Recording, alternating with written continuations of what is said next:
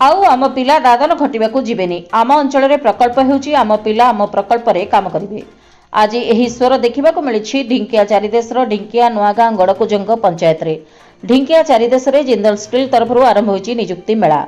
ढिंकिया चारिदेश रे प्रस्तावित प्रकल्प अंचलर विभिन्न पंचायतर एकाधिक स्थान रे जेएसडब्ल्यू उत्कल स्टील लिमिटेड तरफरु आईटीआई बीई डिप्लोमा बीटेक प्रार्थी मानकू एही नियुक्ति मेला रे दिया जाइछि प्राथमिकता, जहा फल जमी हराइथिबा परिवार मानक मध्यरे खुशीर लहरी खेली जाइथिबा बेले प्रकल्प को जमी देवा समय निजर पिला मानक नियुक्ति की नहीं मनरे रहिथिबा अनिश्चितता आज दूर हेबा सहित नूतन आशा उज्जीवित होइथिबा नै स्थानीय ग्रामवासी प्रकाश करिसेंती।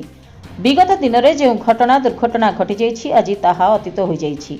आज ग्रामवासी प्रकल्प को स्वागत करिसेंती। आज धान पान चाष उजुड़ी जाइछि। चाषी मुंडरे हाथ दे बसिथिबा बेले प्रकल्प को नहीं स्थानीय अंचलवासी अनेक स्वप्न देखुछंती, जहा आज साकार हेबाकू जाउछि। प्रकल्प आरंभ हेबा पूर्व जेएसडब्ल्यू तरफरु स्थानीय अंचल रे सीएसआर अर्थरे शिक्षा ठारू आरंभ करी विभिन्न क्षेत्र में विकास करिछि।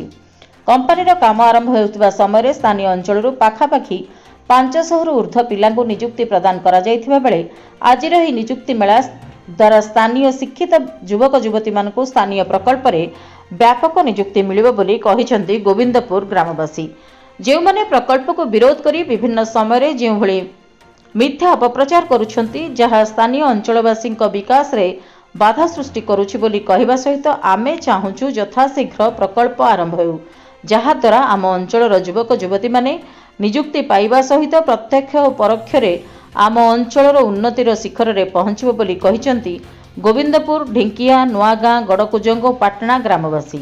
आजिर ही नियुक्ति मेला रे स्थानीय युवक युवती मानक लंबा धाड़ी लागि रहितबा बेले आमको निश्चित नियुक्ति मिलिबो बोली कहिसेंती आशायी प्रार्थी। जगतसिंहपुर संतोष मल्लक रिपोर्ट, जन अधिकार लाइव।